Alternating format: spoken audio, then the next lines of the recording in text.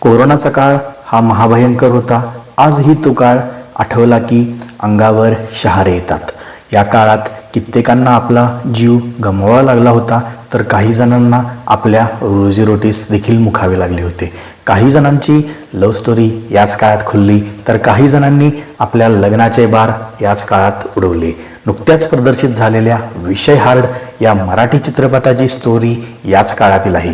एका ग्रामीण भागात घडणारी ही लव्ह स्टोरी गमतीशीर पद्धतीने मांडण्यात आली आहे पडद्यावरती. आपल्या ग्रामीण भागातील इरसाल अशा विविध व्यक्ती आणि वल्ली यांची ही गोष्ट. ही स्टोरी डॉली आणि संध्या यांच्या भोवती फिरणारी असली तरी अन्य व्यक्तिरेखाही तितक्याच महत्त्वाच्या आहेत या मूवीमध्ये. विशेष बाब म्हणजे दिग्दर्शक सुमितने प्रत्येक व्यक्तिरेखा अशा पद्धतीने गुंफली आहे की चित्रपट पाहताना तो कंटाळवाणा वाटत नाही. डॉली उर्फ पर्णपेठे ही आपल्या आईवडिलांसह राहत असते.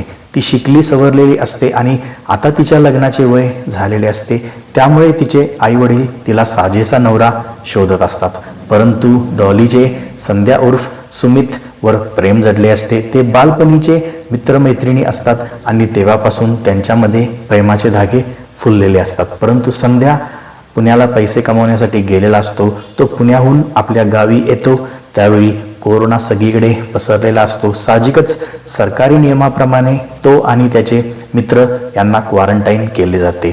दरम्यानच्या काळात डॉलीच्या घरी तिच्या लग्नाची बोलणी सुरू होते. ही बाब संध्याला समजताच तो क्वारंटाईनमधून पळ काढतो आणि त्यानंतर कशा व कोणत्या गमतीजमती घडतात ते प्रत्यक्ष स्क्रीनवर पाहिलेले बरे. दिग्दर्शक व लेखक सुमितने एक सरळ आणि साधी लव्ह स्टोरी उत्तम प्रकारे स्क्रीनवर दाखवली आहे. कोरोनाच्या काळातील खेडेगावातील परिस्थिती कशी होती, तेथील लोकांचा कोरोनाच्या बाबतीत असणारा दृष्टिकोन कसा होता, गावचे पोलीस पाटील आणि पोलीस कर्मचारी यांची त्यावेळी धावपळ कशा प्रकारे चाललेली होती, त्यातच एक तरुण व तरुणी यांची लव्ह स्टोरी वगैरे बाबी अगदी चपखलपणे मांडलेल्या आहेत या मूवीमध्ये. दिग्दर्शक सुमितने ही स्टोरी सुंदररित्या खुलवली आहे. त्यामुळे चित्रपट थ्रिलरने परिपूर्ण असा झाला आहे. या चित्रपटामध्ये कोणतेही मोठे कलाकार नाहीत वा अव्वाच्या सव्वा खर्च या चित्रपटावर करण्यात आलेला नाही, तरीही चित्रपट गमतीशीर झाला आहे. सर्व कलाकारांनी आपला उत्तम अभिनय केला आहे, उत्तम ॲक्टिंग केली आहे. मात्र अधिक कौतुक करावे लागेल ते हसन शेख आणि नितीन कुलकर्णी या ॲक्टरांचे. नितीन कुलकर्णी यांनी साकारलेला पोलीस पाटील तसेच हसन शेखने साकारलेली श्रीन्या या भूमिका चित्रपटामध्ये चांगलेच हास्य निर्माण करतात.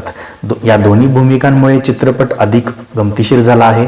पर्णपेठे आणि सुमित यांनी आपापल्या भूमिकेचे बेअरिंग छान पकडले आहे. त्याचबरोबर अन्य कलाकारांनी देखील तितकीच चोख कामगिरी पार पाडली बजावली आहे. चित्रपटाची सिनेमॅटोग्राफी सुंदर झाली आहे. त्याचे श्रेय अभिषेक शेटे आणि जय पारिख यांना द्यावे लागेल गाईज. या स्टोरीला संगीतकार साहिल कुलकर्णीने चांगला संगीत साज चढवला आहे. सुरुवातीला चित्रपटाची गती छान आहे, त्यामुळे चित्रपट चांगली पकड घेतो. मात्र इंटरव्हल नंतर चित्रपटाची गती काहीशी स्लो झाली आहे. स्क्रीन प्लेवरील ताबा सुटलेला दिसत आहे आधीमध्ये. शिवाय स्मॉल बजेटचा चित्रपट असल्यामुळे तांत्रिक बाबीमध्ये चित्रपट कमकुवत झाला आहे. मात्र लेखक व दिग्दर्शक सुमितचा हा पहिलाच प्रयत्न असल्यामुळे पहिलाच चित्रपट आहे आणि त्याने चांगला प्रयत्न केला आहे. एक गमतीशीर कल्पना असलेल्या या चित्रपटाची मांडणी अगदी सफाईदारपणे झाली आहे. या मूवीला मी 3 स्टार्स देईन आउट ऑफ 5 स्टार्स. ही एक वन टाइम वॉच मूवी आहे. सो एकदा तरी ही मूवी तुम्ही जरूर पाहावी असे माझे मत आहे.